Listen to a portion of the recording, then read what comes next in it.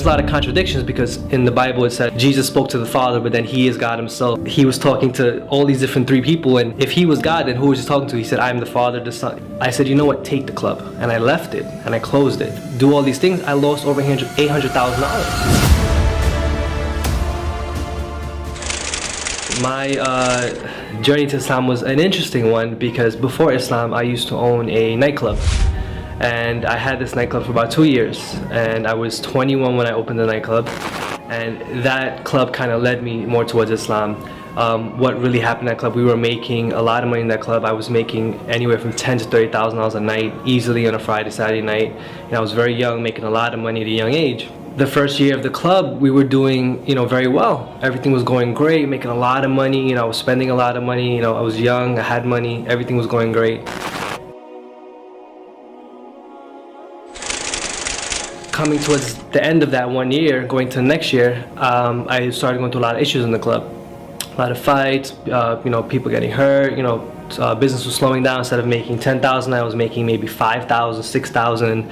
For a nightclub that holds 500 people, that's not a lot of money, So I was a little worried, and I come from a Hindu family. My father was a Hindu priest, his father was a Hindu priest, I was supposed to be a Hindu priest, and I was a following Hindu. I used to pray to the idols, pray to the statues every day, every morning. I woke up religiously and, prayed to these idols, asked for everything to be okay. Hinduism has a lot of, different idols, different gods. And when I was going through these problems, the first thing that I wanted to do was, go and find out from my family, what should I do?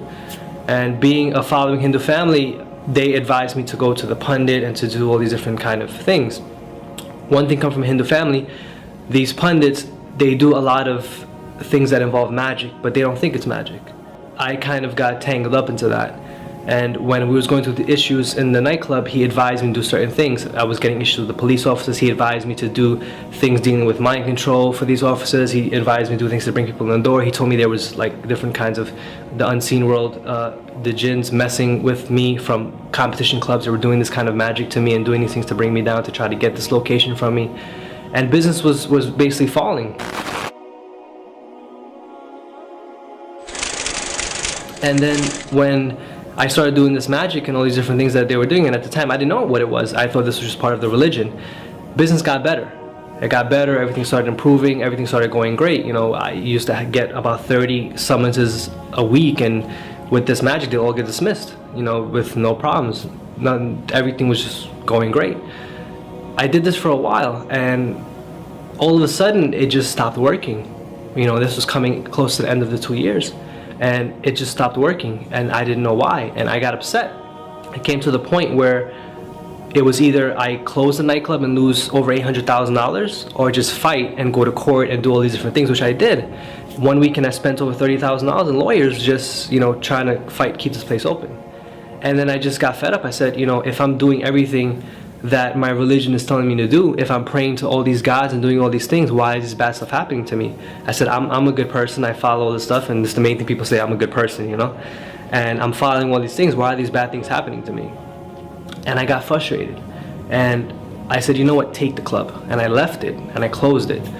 And it just so happened a week before these stuff was happening, a friend who was very close with me was with me from the day the club opened. He disappeared for a while. And he was actually learning about Islam. And he showed up that week that all these things were happening to me. He said, what's up? What's going on? I said, everything's okay. Everything's, all these bad stuff is happening. He said, well, listen, I'm looking in this thing called Islam. I said, yeah, Islam, those Muslims, you looking into those things? He said, yeah, they're not what you think they are. I said, really? I said, all right, no problem. I kind of brushed them off, and I went about my business. But then when I finally decided to let the club go and just do all these things, I lost over $800,000. I lost a lot of money, and I was 23 at the time. I lost a lot of money at a young age, and that money is what I worked for. My family's not wealthy, and I got fed up. I said, if I'm doing all these things for God, I'm following God, why is these bad stuff happening to me? For a kid to go from making $10,000, $30,000 a night to be negative, it's hard. And I said, I'm following God, I'm doing all these things. Why did God leave me? And I said, I don't believe in God. That's it. So I started asking questions. I said, you know what? If there's a God, I got to find out who this God is. Because right now I don't think there is a God, because I'm doing everything and it's not working. So I started going on this kind of religious quest, what if you want to call it.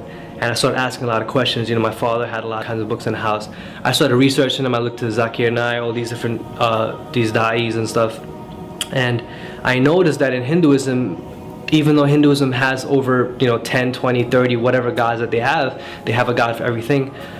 The scriptures itself, it says God is one, without a shape, without a partner, without anything. These scriptures say this: God has no shape, he has no form, he's a formless supreme being, he has no parents, he has no offsprings. And the Hindu scriptures say that, the Bhagavad Gita, the Upanishads, the Puranas, all scriptures say the exact same thing. But these Hindus, they're following a mythological story. This is what they're doing, and they teach us this, and we grew up with this. This is how I grew up. And I kind of got fed up. I said, okay, if this is not what it is.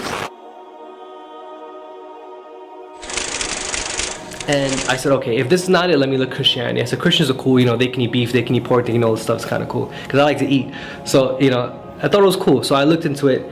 But when I started reading the Bible is kind of confusing at first. There's over 500 versions. I don't know which one to read, so I just picked up another one, 500 versions of the Bible. Which one do you choose? Who's right? There's nothing's really right with that. And I started reading one version of it. I think it was just the New Testimony, whatever it was, whichever version of that one there is. But when I started reading it, it was very confusing to me, and there was a lot of contradictions, because in the Bible it says, Jesus spoke to the Father, but then he is God himself, and then he was talking to all these different three people, and if he was God, then who was he talking to? He said, I am the Father, the Son. It was different, and it was a lot of contradictions in it. So I kind of got fed up. So I went back and I spoke to my friend who was looking into Islam. And he said, let's go check out, let's go get a Quran. So I went, I took a drive down to Brooklyn, and I picked up an English translation of the Quran. And if you ever look at the Quran the first time, it's kind of confusing, English translation, because you don't know what's Baqarah, what's Fatiha, what's all these, so you don't know what this is. Like, why am I reading about a cow? What is all this stuff? So I just kind of opened it to some random page. And I don't remember the exact ayah, I have it written down, but what it basically, the ayah said to me was that, it was we who pulled you from the sin in order that you may return to the straight path. If you revert to your sin, we shall revert to our punishment. And I don't remember what ayah it was. I think it was Imran, but I'm not sure. But it spoke to me. It says, it is we who have pulled you from the sin in order that you may return to the straight path. If it wasn't for our favor upon you, you would have been in the same fire as them. And these kind of like the context it said. And this is the first thing I ever read in the Quran. And it was just a random page. So I said, wow, what is this? So I started doing research. I started researching the miracles of the Quran. And I said, let me just do it. The time that I did it, it was like it was the best feeling I ever had. I remember that night, I felt so relaxed, so free. It was like a feeling I can't even explain. And it was funny, from that club, I became Muslim. My wife, she used to work for me at the club, she became Muslim. We had one of the dancers from the club became Muslim, and my friend became Muslim.